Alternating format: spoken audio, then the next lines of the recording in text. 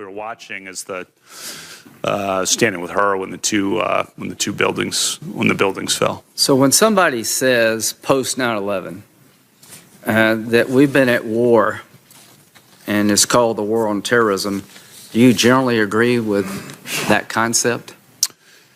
I do, Senator, because Congress passed the authorization for use of military force, which is still in effect, and that was passed, of course, on September 14th, 2001, 3 days later. Let's talk about the law in war.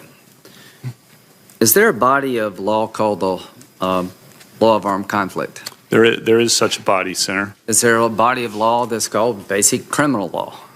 Yes, Senator. Are there differences between those two bodies of law? Yes, Senator. From an American citizen's point of view, do your constitutional rights follow you? If you're in Paris, does the Fourth Amendment protect you as an American from your own government?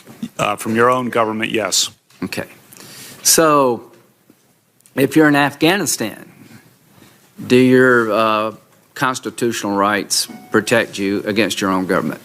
If you're an American in Afghanistan, you have constitutional rights as against the U.S. government. Is there a long-standing... That's long-settled law. Isn't there also a long-settled law that it goes back to the Eisentrager case? I can't remember the name of it. Yeah, Johnson versus Eisentrager. Right. That American citizens who collaborate with the enemy have considered enemy combatants. They can be. They can be. They're sometimes criminally prosecuted, sometimes treated in the military. Well, let's talk about can be. I think under Supreme Court precedent. Right. Yeah. There's a Supreme Court decision that said that American citizens who collaborated with Nazi saboteurs were tried by the military. Is that correct? That is correct. I think a couple of them were executed. Yeah. So if anybody doubts, there's a long-standing history in this country that your constitutional rights follow you wherever you go, but you don't have a constitutional right to turn on your own government, collaborate with the enemy of the nation. You'll be treated differently. What's the name of the case, if you can recall, that reaffirmed the concept that you could hold one of our own as an enemy combatant if they were engaged in terrorist activities in Afghanistan? Are you familiar with that case? Yeah, Hamdi. Okay.